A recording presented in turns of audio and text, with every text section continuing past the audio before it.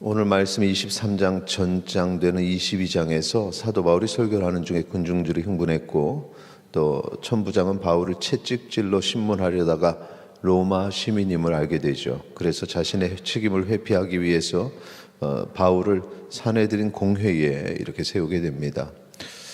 공회에서 바울은 모든 양심을 따라 하나님을 섬겼다 이렇게 담대하게 선포하는데, 그럼에도 불구하고 대제사장 아나니아는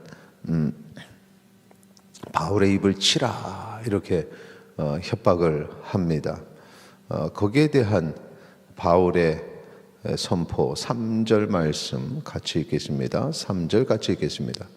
바울이 이르되 회칠한다며 하나님이 너를 치시리로다. 내가 나를 율법대로 심판한다 앉아서 율법을 어기고 나를 치라 하느냐 하니. 회칠한다며, 겉은 멀쩡해 보이지만 속은 언제 무너질지 모르는 그러한 담. 대제사장이 율법에 순종하고 하나님을 믿는다고 하지만 실상은 그 속은 악한 자기 생각대로 살아가는 그런 사람임을 이렇게 회칠한 담으로 비추어서 선포한 것입니다. 그러니까 주변 사람이 바울에게 하나님의 대제사장을 내가 욕하느냐 이렇게 말합니다. 그러니까 대제사장을 하나님의 대제사장이라 말하는데 정작에는 그는 하나님의 사람은 아니었던 것이죠. 바울은 이제 거기서 이 대제사장을 건드렸다는 분노가 크니까 나는 대제사장인지 몰랐다. 5절에서 그렇게 얘기합니다. 그러면서 하는 얘기가 이 얘기입니다. 바울이 이르되 형제들아 나는 그가 대제사장인 줄 알지 못하였노라. 기록하였으되 너희의 백성의 관리를 비방하지 말라 하였느니라 하더라. 회칠한 담의 모습을 가진 대제사장의 모습은 분명히 비난받아야 될 것인데, 이 대제사장이라는 직분 자체는 또 비난해서는 안 되는 것이죠. 그래서 그 부분에 대해서 이것이 단순히 바울이 그 순간을 모면하기 위한, 회피하기 위한 그런 핑계가 아니라 실질적으로 바울의 생각이 그런 것입니다. 하나님께서 심판하십니다.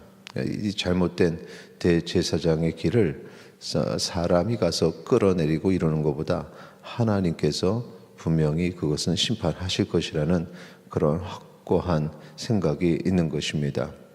그래서 하나님은 직분과 상관없이 악한 자는 반드시 치신다라는 사실을 우리가 알고 두려워해야 합니다. 바울은 사내들인 공회를 구성하는 사람들이 이게 사두개인과 바리새인이기 때문에 거기서 이제 자신이 바리새인임을 선포하고 바리새인과 사두개인 간의 그 다툼이 또 생깁니다. 여러 가지 이런 고비들이 생기면서 결국에는 천부장이 바울을 영내로 보내게 되죠. 거기서 예수님께서 환상을 보여주십니다. 11절 같이 읽겠습니다. 그날 밤에 주께서 바울 곁에 서서 이르시되 담대하라. 내가 예루살렘에서 나의 일을 증언한 것 같이 로마에서도 증언하여야 하리라 하시니라.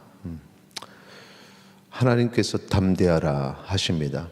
그리고 그 다음에 담대해야 하는 이유, 지금 이 순간을 모면하기 위한 것이 아니라 하나님의 계획을 이루어야 되기 때문에, 거기에 하나님께서 도구로 바울을 사용하시기 때문에 담대해야 한다는 것입니다. 그리고 그 계획이 로마로 가는 것임을 알려주십니다. 로마에서도 증언하여야 하리라.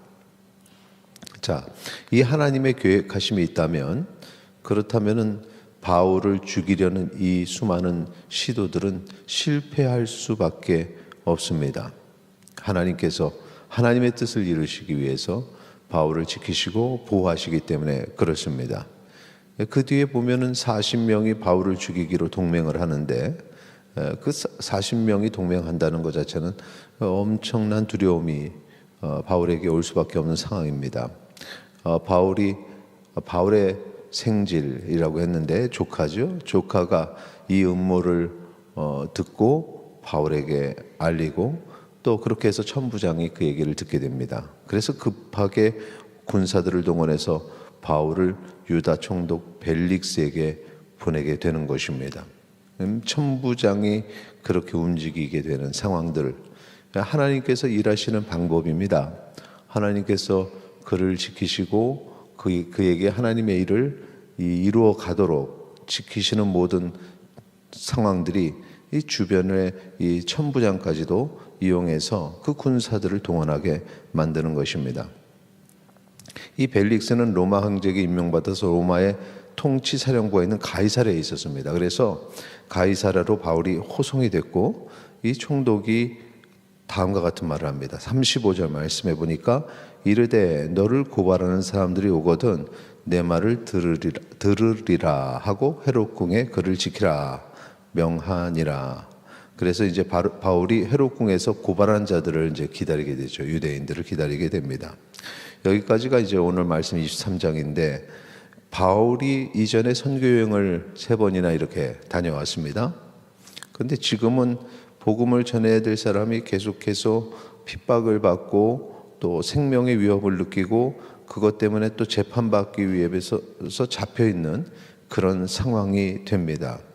그런데 놀라운 것은 자유롭게 그가 선교 여행을 다닐 때나 지금 갇혀 있는 때나 그가 하는 일은 똑같다는 것입니다. 복음을 전하는 것입니다. 그 상황에서 자기가 만난 하나님을 전하고 예수님을 전하고 그 예수 그리스도를 통해 우리가 구원받는다는 사실을 선포하고 있었으니, 이 바울의 상황은 시가각 달라지지만 하나님의 계획은 지속적으로 이루어지고 있다는 것입니다. 더 놀라운 것은 재판을 받는 상황 속에서 그렇게 만나는 사람들입니다. 이 직위가 높은 사람들을 계속 만납니다. 재판을 받아야 되니까. 그러니까 자기가 다니면서는 그 소아시아에 있는 그 시민들을 대상으로 해서 복음을 전했는데, 핍박을 당하고 재판을 당하는 과정 속에서는 고위직에 있는 사람들에게 복음을 전하는, 그래서 실질적으로 하나님의 계획하심은 이 바울이 핍박당하는 상황 속에서 더 놀라운 일들이 벌어진다는 것입니다. 그리고 거기서 끝나는 것이 아니죠. 하나님께서 다음 계획을 가지고 계셨는데 로마에 보내시는 것, 그래서 로마에서 복음을 전하는 것. 그래서 바울은 로마를 그렇게 가기를 원했던 것입니다. 1, 2, 3차 선교 여행, 그때 가지 못했던 로마를 향하는 그의 마음이 있었다라는 것입니다. 오늘 우리가 이 바울의 모습을 통해서 우리의 인생을 바라볼 때 무엇을 바라보십니까? 현재 내가 인생 속에 내가 처한 상황을 바라보십니까? 아니면 내 처한 상황과 상관없이 일하시는 하나님의 계획하심을 보고 계십니까? 내 삶 속에서 하나님께서 위대한 일을 이렇게 이루고 성취해 간다는 사실을 잊지 마시고 그것을 볼 수 있고 깨달을 수 있는 영적인 눈을 갖게 되기를 모든 성도님들이 되시기를 바랍니다.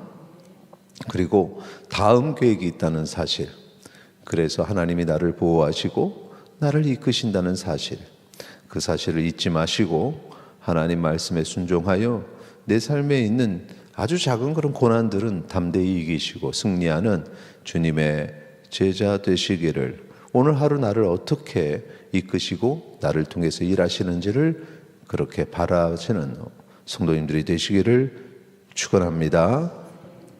함께 기도하시겠습니다. 오늘 우리의 삶을 통해서, 나의 삶을 통해서 일하여 주시옵소서. 함께 기도하시겠습니다.